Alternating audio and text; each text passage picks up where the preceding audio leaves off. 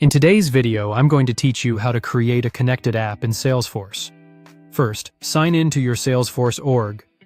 Once you're on the home page, open the settings by clicking the gear icon. From there, choose the option to open the advanced setup area so we can work in the full setup experience.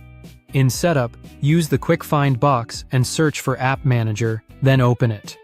In App Manager, click New External Client App.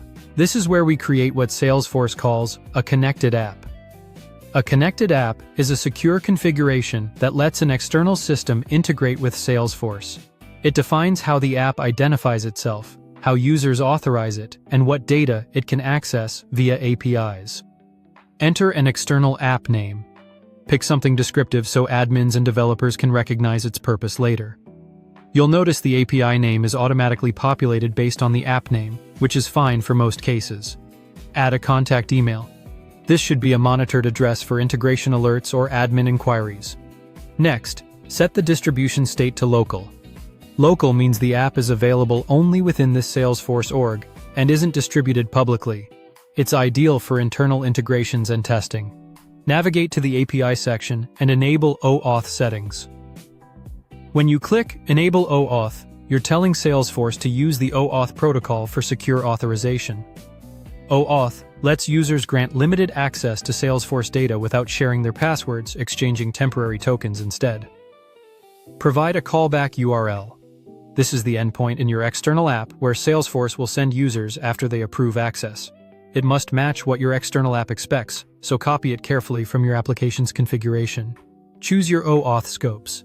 Scopes define exactly what the app can do. Grant only what the integration needs to follow the principle of least privilege. For this example, select Access All Data Cloud API Resources, or CDP+ API, which allows the app to interact with Data Cloud endpoints. Also select Access the Salesforce API Platform, or SFAP API, which grants access to core Salesforce platform APIs used by many integrations and tools. Under Security, make sure Require Secret for Web Server Flow is checked. This enforces the OAuth authorization code flow with a client secret, adding a critical layer of protection so only your trusted server can exchange authorization codes for tokens. When everything looks good, click Create. That's it. We logged in, opened Setup, went to App Manager, created a new external client app, enabled OAuth, set a valid callback, selected precise scopes, enforced the web server flow secret, and created the app. If you found this helpful, don't forget to subscribe for more.